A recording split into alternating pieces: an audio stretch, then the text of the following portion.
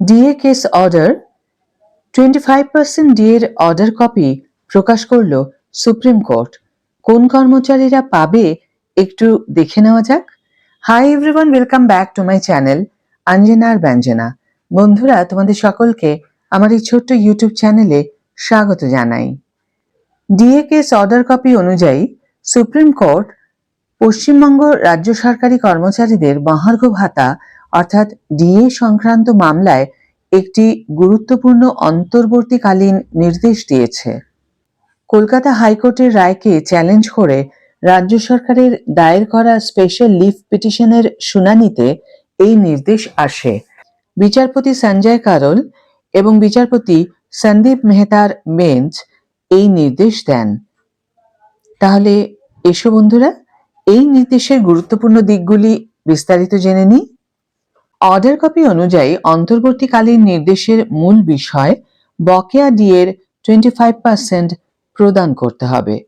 Supreme court রাজ্য সরকারকে নির্দেশ দিয়েছে যে কলকাতা হাইকোর্টের দেওয়া রায় অনুযায়ী আগামী 6 সপ্তাহের মধ্যে সমস্ত কর্মচারীদের বকেয়া মহার্ঘ ভাতার ন্যূনতম 25% মিটিয়ে দিতে হবে।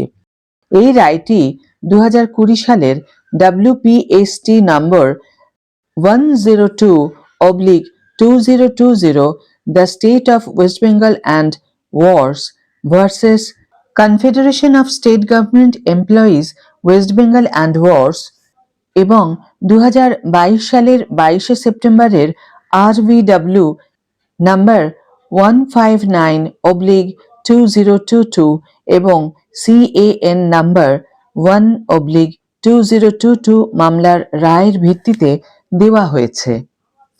পঞ্চম বেতন কমিশনের সুপারিশ আদালত উল্লেখ করেছে যে ট্রাইব্যুনাল এবং হাইকোর্ট উভয়ই পঞ্চম বেতন কমিশনের সুপারিশ অনুযায়ী কর্মচারীদের ডিএ পাওয়ার অধিকারকে স্বীকৃতি দিয়েছে। তহবিলের অভাবের যুক্তি খারিজ। রাজ্য সরকারের পক্ষ থেকে তহবিলের অভাবের যে যুক্তি দেখানো হয়েছিল তা ট্রাইব্যুনাল এবং হাইকোর্ট উভয় জায়গাতেই খারিজ হয়ে গিয়েছে। মৌলিক অধিকারের প্রশ্ন বিবেচনাধীন। ডিএ পাওয়াটা মৌলিক অধিকারের মধ্যে পড়ে কিনা সেই বিষয়টি সুপ্রিম কোর্ট বিবেচনা করবে।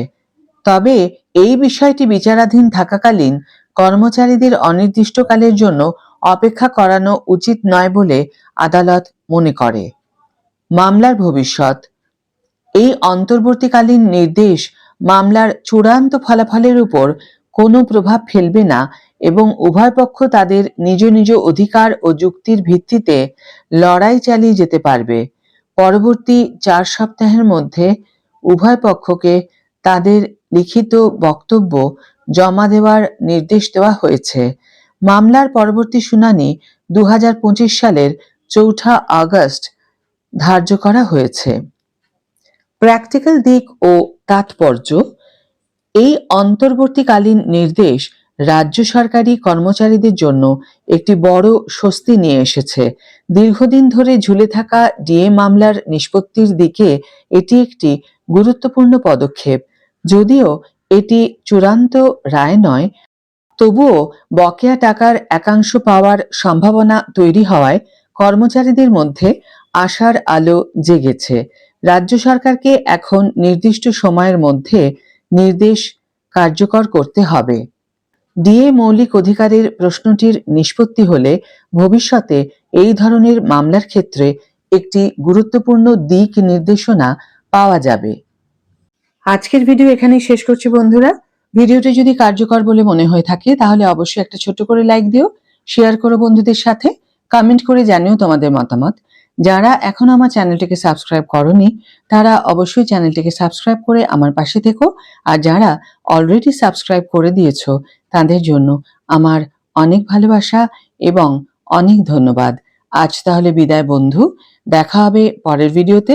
ভালো থেকো, সুস্থ থেকো, সঙ্গে থেকো।